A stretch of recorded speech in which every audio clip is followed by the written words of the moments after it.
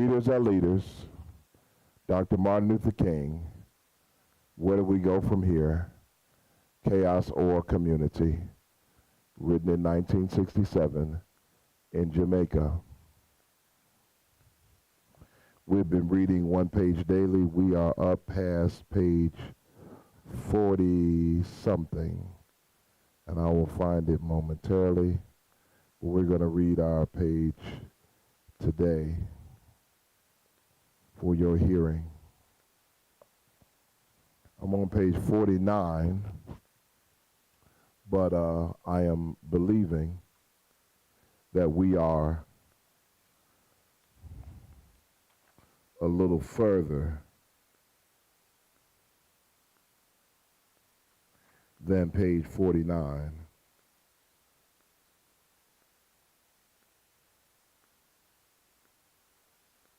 But I'm going to read where I put my last mark,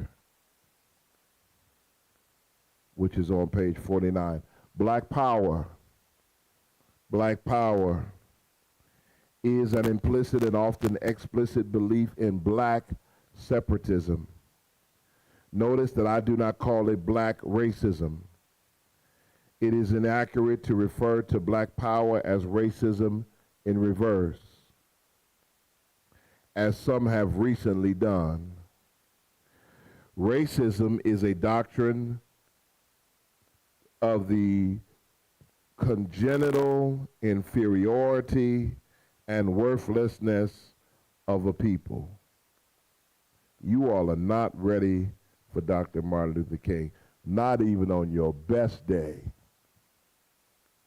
While a few angry proponents of black power have, in moments of bitterness, made wild statements that come close to this kind of racism, the major proponents of black power have never contended that the white man is innately worthless.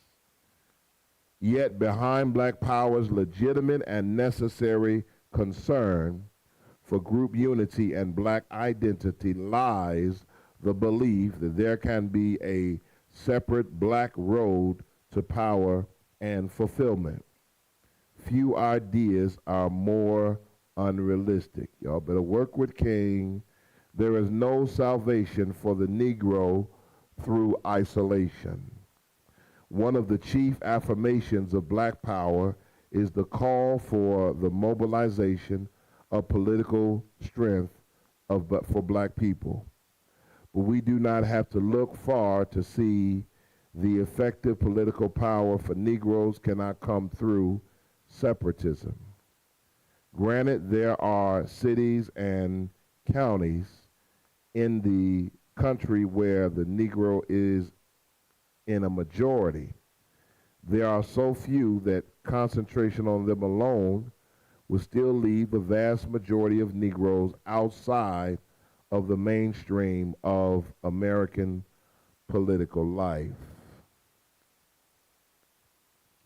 Out of the 80-odd counties in Alabama, the state where SNCC sought to develop an all-black party, only 9 have majority of Negroes. Even if blacks could control each of these counties, they would have little influence in the overall state politics and could do little to improve the conditions in the major Negro population centers of Birmingham, Mobile, and Montgomery. Y'all better say Montgomery. There are still relatively few congressional districts in the South that have such large black majorities that Negro candidates could be elected without the aid of whites. We're coming back to that. It is a sounder program to concentrate on the election of 2 or 3 Negro congressmen from the predominantly Negro districts, or to concentrate on the election of 15 or 20 Negro congressmen from southern districts where a coalition of Negro and white moderates is possible. Moreover, any program that elects all black candidates simply because they are black and rejects all white candidates simply because they are white is politically unsound and morally unjustifiable. It is true that in many areas of the South, Negroes still must elect Negroes in order to be effectively represented. SNCC staff members are eminently correct when they point out that in Lowndes County, Alabama, there are no white liberals or moderates and no possibility for the cooperation between races at the present time. But the Lowndes County experience cannot be made a measuring rod for the whole of America. The basic thing in determining the best candidate is not his color, but his integrity. Black power alone is no more insurance against social injustice than white power. Negro politicians can be as opportunistic as their white counterparts if there is not an informed and determined constituency demanding social reform. What is most needed in a coalition of Negroes and liberal whites that will work to make both major parties truly responsive to the needs of poor. Black power does not envision such a program. Now, here in Cleveland, Ohio, we are voting on issue 1. I want you to be aware that what issue 1 means is that issue 1 is going to raise the bar of accountability to 60%. Anyone who has ever studied an election knows that 40% of our populace votes Democrat. About 40% of our populace votes Republican. There's about 10% or more that are black. That is called the swing vote. In our ignorance, we have not been aware that every election needs the swing vote. The vote cannot surpass 51% without the participation of the 10%. In other words, the swing vote elects the president every single election because you need the swing vote to add to the 40 to 45% that you will have in order to get over the hump to victory. In Ohio, they are now raising the bar to 60%, which means that 40% can now carry an election. You may not understand that, but what they are voting on is to change the Constitution so that 40% can win the election. We know that the average voter is a 70-year-old white male or female who is retired. They vote for every election. Every time the polls open, they are there to vote. We don't vote on that kind of consistency.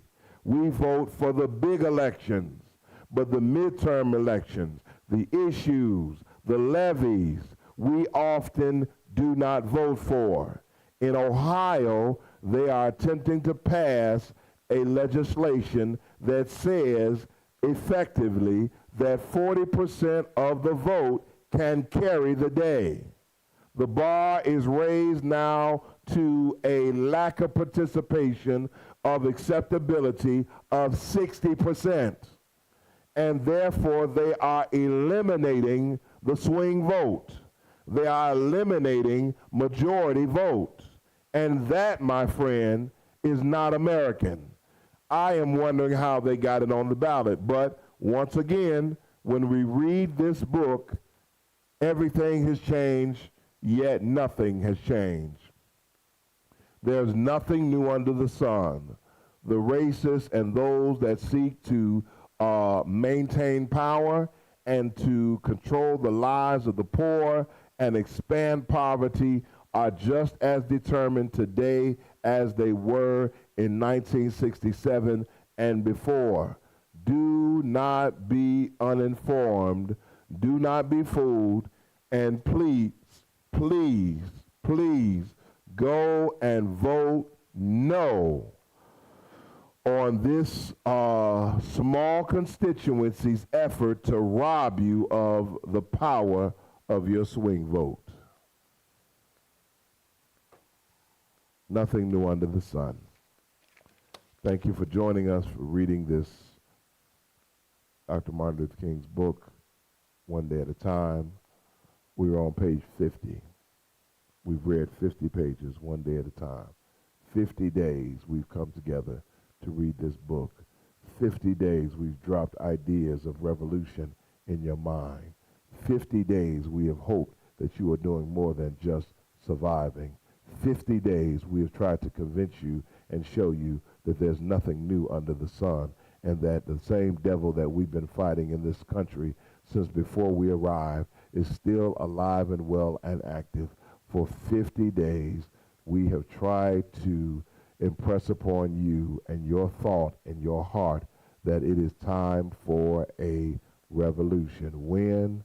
Right now. If not us, then who? If not now, then when?